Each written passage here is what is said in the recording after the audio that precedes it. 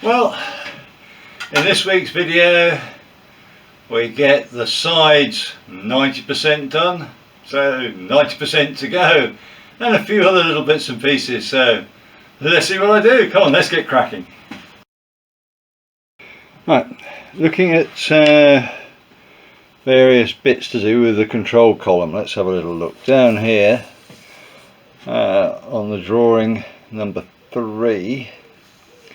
You can see the torque tube going through here that the joystick joins onto, and not a great deal of detail here of how things go together, but there's a block that goes at the front. Looks like it's got ply stuck on the front and rear faces, and the tube going right the way through.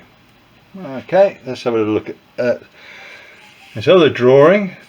This shows that tube there. These are nylon blocks there and there, and the tube going through, held in place by a piece of tube on the outside, sleeving, held in place by pop rivets. And the drawing here shows that it goes right the way through and through the main spar carry through. It says here front spar, so it's going right through the front spar carry through, and that hole there going through that is 1 1/8 inch. And bearing in mind that the main spar carry through itself is only 2 inches wide, plus a 3/4 piece glued onto the bottom, the cross member, that is a significant sized hole. In point of fact, it's more than half the width of the main spar carry through main member. So I don't like that. Right in the middle of the carry through, I don't like the idea of having a huge hole, or to my mind a huge hole.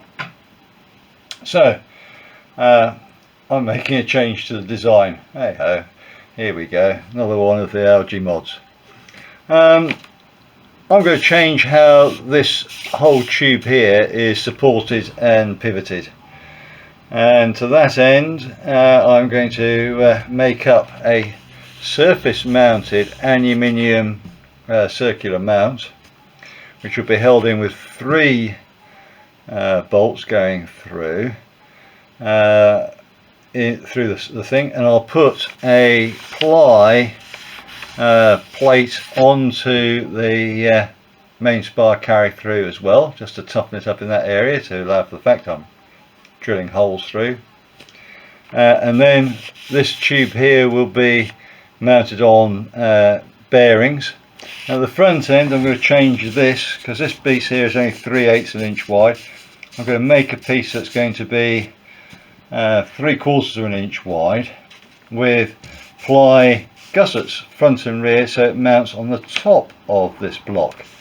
So I will have to reduce the height somewhat by 3/4 inch, otherwise the pivot will be in the wrong place, and that'll have a hole going right the way through it, but much smaller, board at the back, and then there'll be a square plate holding my pivot pin on that side, so I can undo the 4 bolts, pull out the bearing pin, and be able to take the joystick in and out. Now there is a little bit of difference in drawings as well, discrepancy one might say. Here that mounting block is on the front. As I said, I'm going to mount mine on the top. Here it's showing it on the front, held in position with wood screws, so you can take out the control column. I don't like the idea of just having a pair of wood screws doing the job, so again that's another reason my bit will be all bonded, but designed so I can take the control column in and out. On this drawing here though, it's showing it on the rear face of that cross member.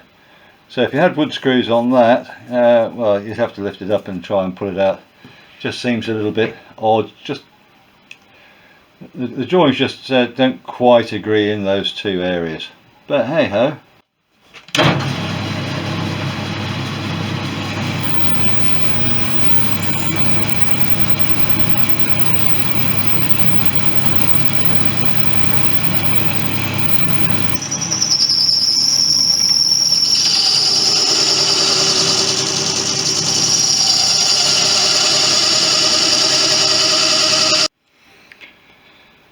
Okay, so this nut, castellated nut, I've actually turned to have the same angle as the bottom of the drill hole, so that when this is all assembled it sits snugly all the way with a good contact area.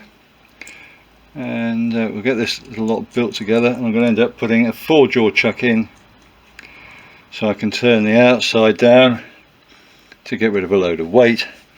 I've got marks in here at the moment which I've put in so I know where my 3 holes are going to be for drilling. They're just in the surface, so it's not causing any real issue, but once I've done the work on that side I'll stick this in and I'll just polish those out. Here I've got a dial test indicator on. At the moment it's reading 38 thou. As it scrolls around here, gone round to which is about 68 thou. So that's roughly the high point there. So I need to get it to go to the other side, so what I'm going to do is let's go around here to this side.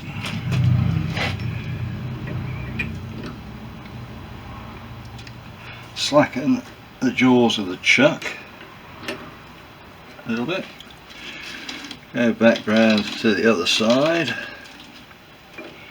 As I tighten these, that should start to bring it down a little bit. Yeah, not quite there yet.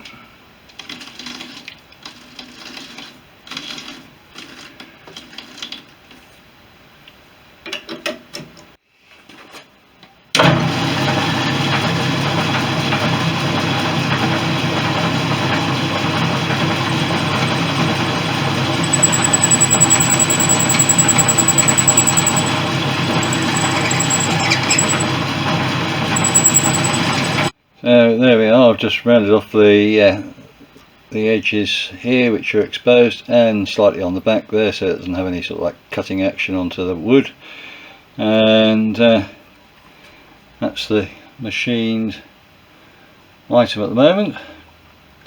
We'll go on to the next step.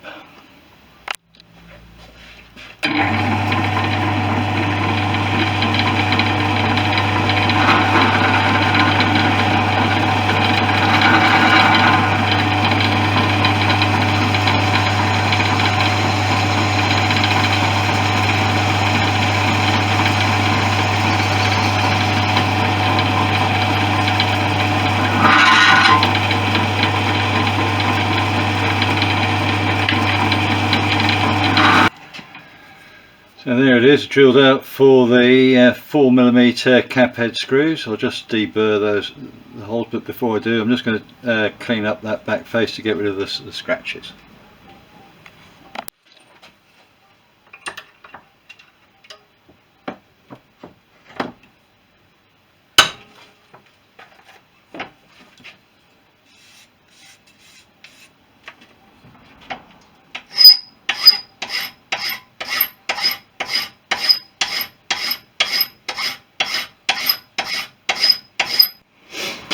Okay, so I can see my marks and bits and pieces on here before I get starting to mark it. I'm going to use some of this engineer's blue.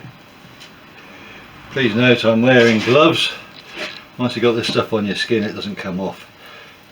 So this is my relatively thin layer.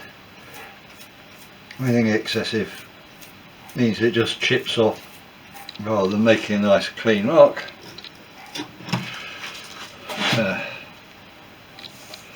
There we go, and it really does stick quite harshly. The only substance I found that really removes this is industrial methylated spirits. Normal alcohols don't touch it particularly. MEK sort of, but there we go. So I'll let that dry and then I can mark up. Okay, so now for the marking out. Now it's dried, it's quite a simple case really of going corner to corner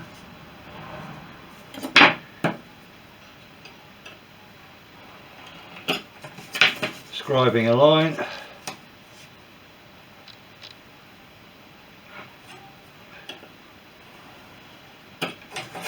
Like that. Odd leg calipers, and this is set at 2.5 times the diameter, so I'm using excuse me, M4 screws, so it's set at 10mm here, so these are going to be fairly close in. So now that's marked out, I'm going to use my optical centre punch system, so one with crosshairs, centre punch itself. So this is a great tool. You stick it down the hole and you can actually line it up with the cross. Light comes in through this to help it. If you hold it in place, you then drop your centre punch in and one tap. That's all you should ever do when you're centre punching, and that's right where you did it. I don't know whether I can get the camera to pick up what I actually see, so let me just try that and then I'll continue on. Hopefully you can see the crosshairs, the black crosshairs going against the silver scribe line there. And that's how I target where I'm going to do the centre punch. Well, there it is, drilled, 8th hole in the middle there, and I've just rounded the edges off there with a file, those corners rather, just to so we don't want sharp pointy things trying to dig into wood. So all I need to do now is I just need to clean off the engineer's blue and just make sure it's all deburred, and then we're ready to go to the next step. So there's a M8 bolt cut down, it's 30mm long, so that much will be protruding, roughly about that much will be protruding into the bearing and my sort of 9mm hole on the other side of it. So that'll fit in like that with a washer, and then the nut will be tightened down and a split pin inserted into there. But I'll pick this lot up first. I've just got to scotch the edges very slightly. It's not too bad actually, it's cleaned up reasonably well, and that would be that's the other one done. Hey ho. Well, I'm sorry that the video which I tried to do for drilling the split pin holes didn't work out, but there'll be other chances for me to show you how I did that.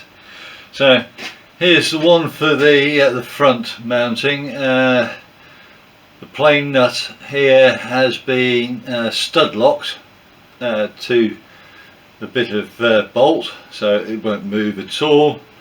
The whole thing has been tightened up. There's a washer there, and I use some thread lock. Hopefully that will help things a little bit, and then it's got the split pin. Now my preferred method, especially where this face here is actually in the cockpit, so my hands, well, my feet are going to be near it, things like that. I don't want anything to catch, so I like doing the split pin going through and the legs tucked into the slots next door. So that's that one.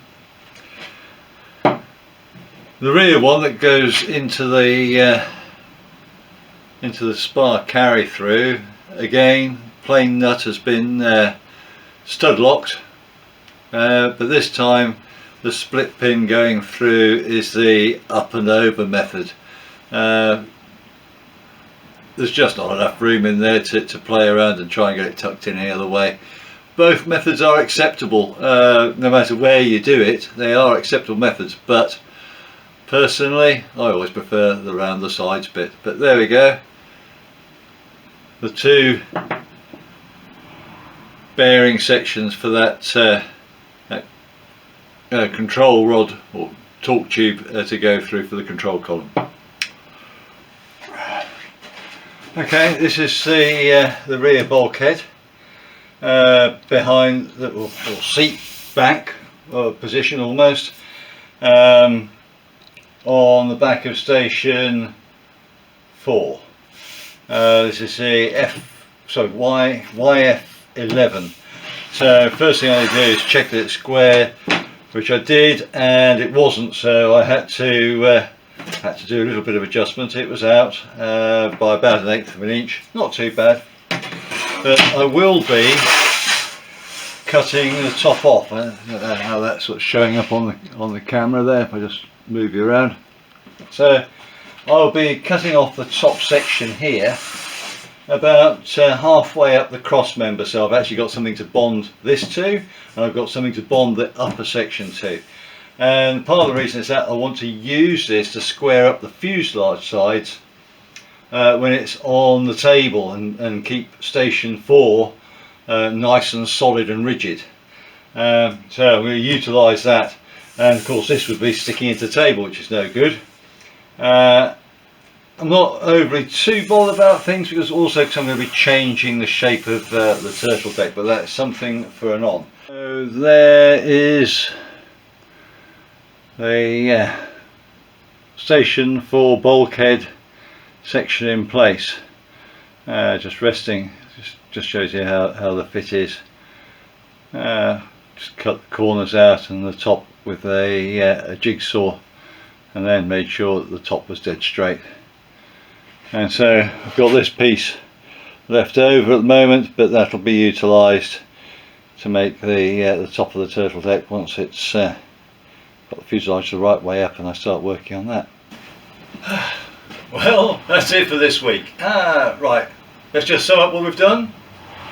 I haven't shown you all the video footage of hours and hours of sanding, but both fuselage side trusses have been sanded, gusseted and sorted out. You've seen some of the gusseting done and dusted, so that's out of the way. But I've rounded off the edge, especially in the corners, especially in the cockpit area. Sanded everything so nice and smooth. Hours of work, so I don't see as much point in actually showing you videos of me just hand sanding bits of wood to make them relatively smooth. So both fuselage sides are nearly ready to be used. There is some work I just need to check up on for how the undercarriage is going to mount.